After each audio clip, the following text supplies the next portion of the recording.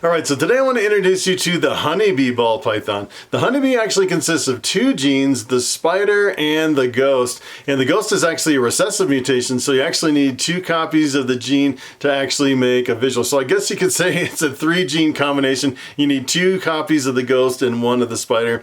And when I first started in ball pythons about 5 years ago, I have to admit I wasn't really that excited about the ghost gene. I really didn't know it very well. And to me it seemed like it was just kind of a gene that fades out the snake, almost looks like the snake is going into shed. And it wasn't until recently that I've been really digging deep into the ghost to really realize the true potential of the ghost when worked into other combinations. And probably the biggest advantage that I really like about the ghost is if you actually have a snake or a combination that is kind of pixelated on the side. You've probably seen some snakes that almost look like they're dirty, like they have like pixelation on the side, like you almost just want to wipe them off. If you actually take those and mix in ghost, essentially what it does is it really makes for a super clean appearance, pretty much removes all the pixelation, and in some cases you get some pretty high contrast and you get kind of this creamy color on the snake, makes for some really impressive combinations.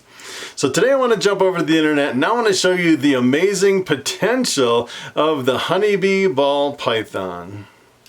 Alright, so I want to jump over here on Morphmarket.com and I want to start with the 2 genes that make up the Honeybee. And the first one I want to show you is the spider. This is what a spider looks like. And the spider is a really impressive standalone morph. If you actually take a spider and you breed it to something else, half the offspring come out as spider. It's just 1 gene. Pretty amazing. And kind of the cool thing about the spider is if you look at the top of the snake, it actually has kind of a spider web pattern right on the top of the snake, and that is where it gets its name, the spider. And another cool thing about the spider that I really like is the head stamp, the crazy patterns on the head of the spider. As a matter of fact, I've seen a lot of people that are really keyed into head stamps, and they can actually tell what genes are in their combinations based on the pattern on the head. It is pretty crazy. Sometimes they'll see like, oh yeah, that's a little heart, that is these certain genes in the mix. Some people are really keyed in on the pattern, especially when you start mixing in, you know, the kind of the genes that alter the head stamps, like spider and spot nose. Spot nose is a big one where you get really crazy head patterns too. And here is another ingredient in the Honeybee, and that is the ghost, also known as the hypo. And the ghost can really vary a lot too. So in this particular ghost, you can see it's pretty yellow. Some of them are pretty yellow. Some of them almost look like normals with almost no color at all. And some of them are bright orange. Pretty amazing the variability in the ghosts.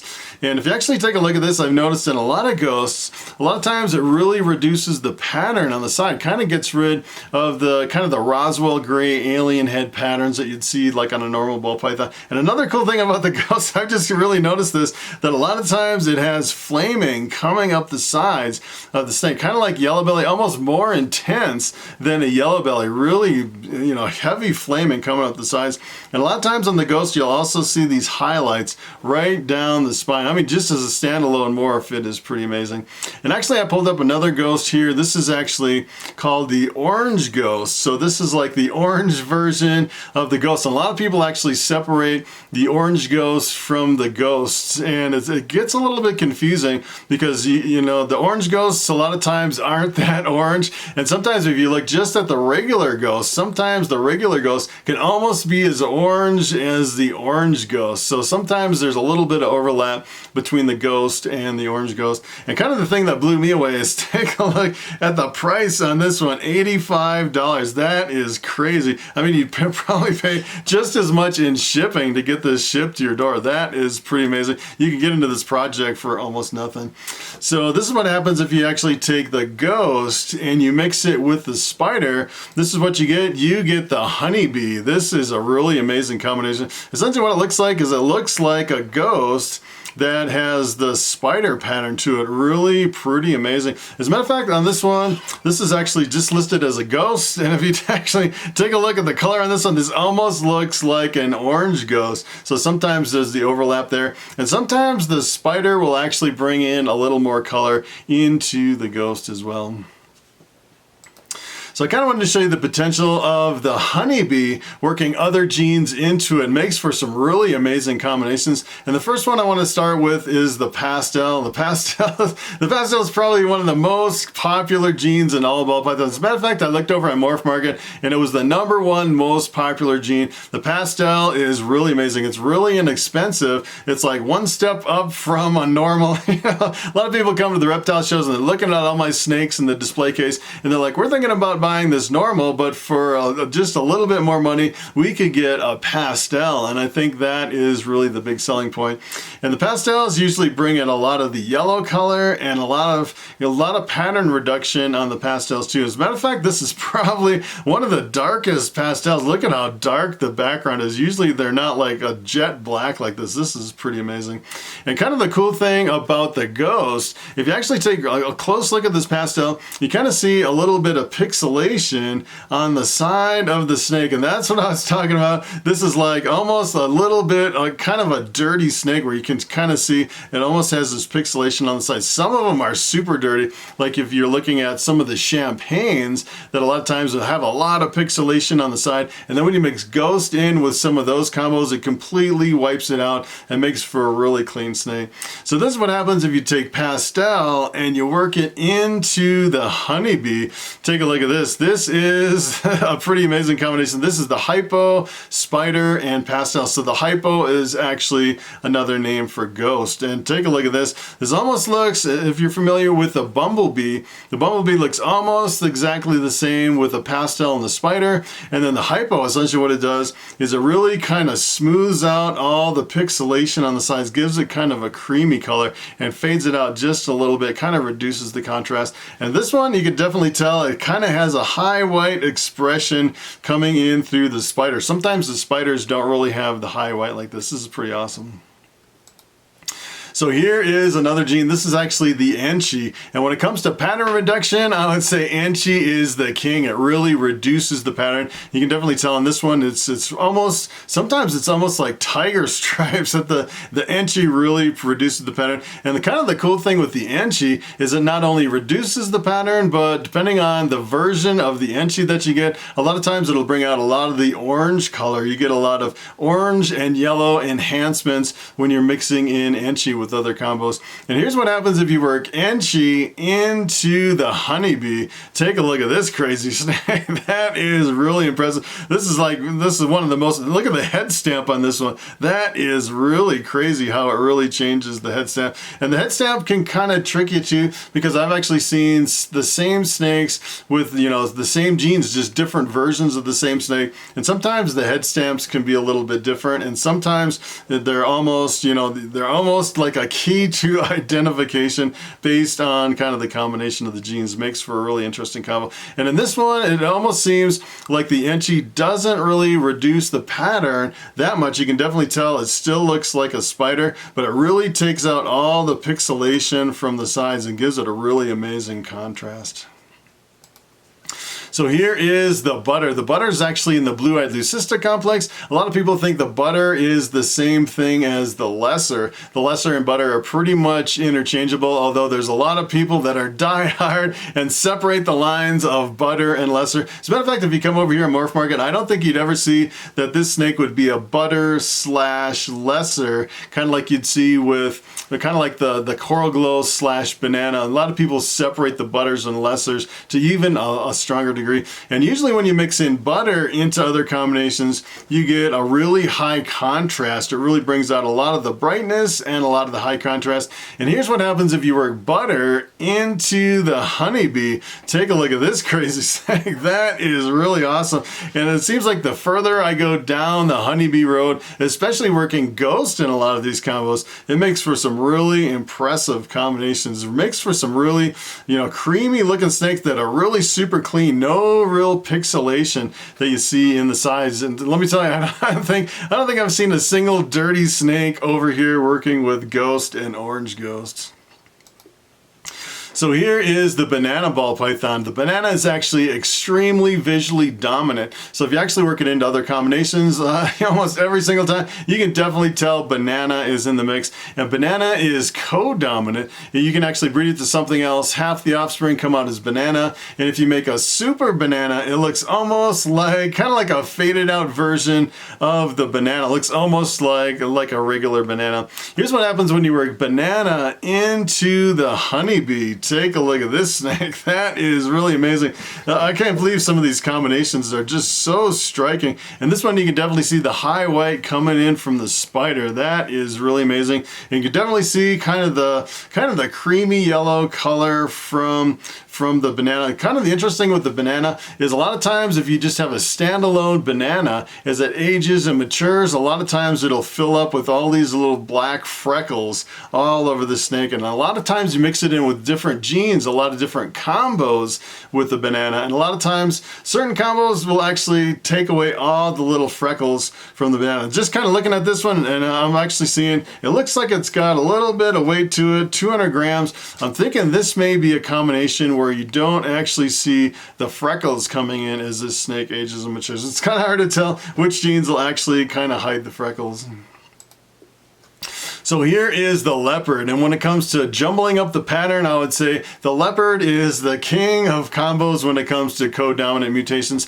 And the leopard is kind of a pseudo dark morph. So if you mix it with dark genes, a lot of times it'll really darken them and really give you a super inkjet black background. But if you actually mix it with something like the banana, usually it doesn't darken the banana, where other dark morphs actually will darken it. So it really depends on the combination that you work in with the leopard. And here's what happens if you work in leopard into the honeybee. Take a look at this snake. I think this is probably my favorite honeybee combo with the leopard. And the leopard, let me tell you, the more I look at leopard stuff too, the more I'm thinking about getting into leopards. As a matter of fact, I'm thinking about buying one snake with all the genes that I actually want, like the orange ghost and the leopard and like the confusion, a lot of genes that I've actually been eyeing. I don't know if I can get the confusion in with those since it's a pretty new gene, but it's kind of amazing what the leopard does. Just really explodes the pattern, and you can definitely see how it really smooths it out and removes all the pixelation on the side.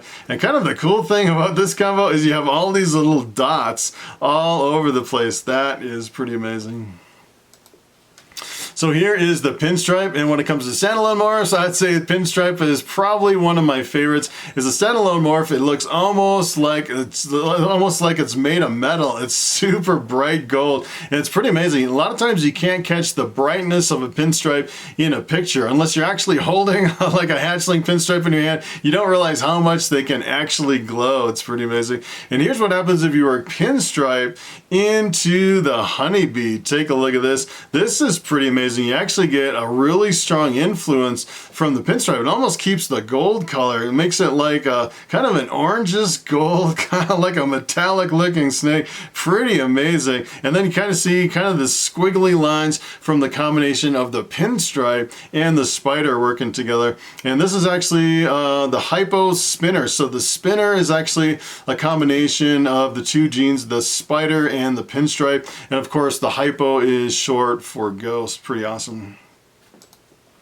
So here is the sugar, and you probably may not have heard of the sugar. The sugar is actually kind of a different line of calico. Most people work with calicos, and every now and then you'll hear about the sugar. And essentially what it does is it brings up the white on the sides of the snake. And it's kind of interesting with both the sugar and the calico. Sometimes you can have kind of this like a gradient white coming up, like a really soft gradient. And sometimes it can be really hard, sharp lines between the white and the color. It can have a really high contrast. And sometimes it can just have really high contrast, like white speckling all through the sides. It can be pretty variable.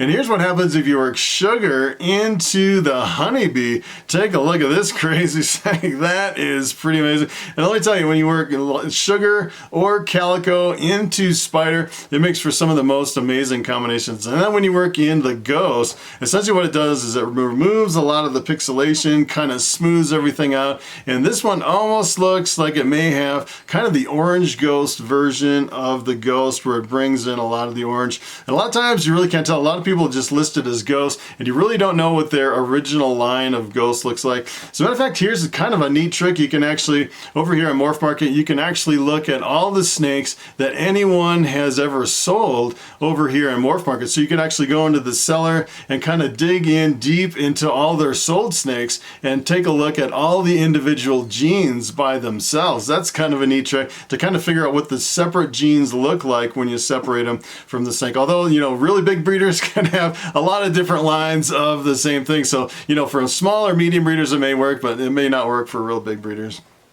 So I wanted to show you a couple at the end right here. These are really impressive combinations, and really I kind of wanted to show you how the different versions of Anchee can affect these combinations. So this is actually a Killer Bee Anchee Ghost, which is the Super Pastel with the Anchee and the Ghost. And it's kind of interesting, there's different lines of Anchee that can have really big differences in the visual appearance of combinations. And in this case, the Anchee is really exploding the pattern to where you almost get these little spots and dashes and lines all over the snake. Pretty amazing how it's just kind of blew up in this case. And I actually pulled up the same exact genes, same exact combination of genes. Take a look at this. This just has a different version of Anchee. I'm pretty sure it just has, you know, a different line of Anchee. I'm not sure there's a lot of differences in the other, you know, with Spider, I don't think there's a lot of differences between different lines. I don't think you get that much of a difference. And with the Super Pastel, you may get a little bit more or less of a pattern reduction, but I'm thinking mainly the difference between these two snakes is the version of Anchee. And take a look at this, how different it is. That is pretty amazing. This is really amazing. Really solid lines coming right down like tiger stripes. That is pretty amazing. As a matter of fact, if you're wondering about the prices on these are all really reasonable. This one is $400, pretty amazing. And I was kind of looking at this just sold, pretty amazing. This is this is probably one of the most amazing Anchee combinations that I've ever seen. All right, so it is time for the question of the day. And Lewis Lightning 777 asks, when I'm breeding rats, can I keep some young rats in with a female with new babies? Will they all get along? And that is a very good question. So I've actually been breeding rats for quite a few years, and from what I've found, if you actually have some that aren't quite weaned and the female has new babies, they'll actually get along. I've actually never had a rat that'll eat their own babies like you find with mice. A lot of times mice will be really brutal and they'll cannibalize their offspring. It's kind of a problem. But with rats, I've never seen that. Pretty much the number one problem that I've had with rats is if you have too many rats in a tub, especially if you have some that aren't quite weaned and then the mom has some new babies, sometimes those new babies can get trampled and die from being trampled. So a lot of times what I'll do is I'll remove most of the the weanlings that aren't quite weaned yet and just leave a couple in there, maybe 2 or 3 if you plan on kind of raising those up to a bigger size. Or a lot of times what you can do is you can actually move those weaned rats that aren't quite weaned in with another female that has some others. Maybe you just have another one that's, you know, nursing a couple more. Sometimes you can switch them, maybe move some pinky mice, some of the new ones over to another tub. Sometimes you can do that, and usually they all get along just fine. One of the big things you really want to be careful of is if you have a female rat that had new babies, you definitely don't want to add a stranger male back to that female. They will fight really brutal. That's one thing you have to be careful of. And I kind of have a really strange story to share with you. It's the weirdest thing that I've ever seen. It was so bizarre. I actually went out of my sliding door of my basement just today, and I opened the door, and right at the bottom of the door on the outside, underneath my deck outside, there's this tiny little pinky rat sitting there right on the ground, and it must have been sitting there all night. It's the weirdest thing. I was like, how in the world would a pinky rat get right there on my door, right outside underneath my deck? And I picked it up, and it was really super cold, barely moving, but it was still alive. So I actually put it back into one of my tubs here. And the only thing I can figure out how that got there is I was actually cleaning out my rat tubs last night. I was actually putting them all the used bedding into a garbage can, and I moved that garbage can over to the door underneath my deck outside. I moved it out there. And the only thing I can think of is I actually got into that garbage can. I must have missed a pinky rat. I usually scour those, you know, look through all the substrate. I'm almost 99.9% sure that I didn't miss one, but obviously I did. And something must have dug that rat out of my used bedding and actually put it right on the ground, right in front of the door. It must have been like a squirrel or something, because we really don't have rats around here. I was thinking if it was a cat or something, it probably would have eaten it, or like a bird. You know, a lot of the birds around here, they'll eat stuff like that. It's kind of the worst thing. And it didn't have a scratch on it. It's like something pulled it out of the can and set it right at my feet, and they're like, rescue this little baby pinky rat. It was the strangest thing I've ever seen. So that is pretty much it. Thanks for watching, and I will see you in the next video.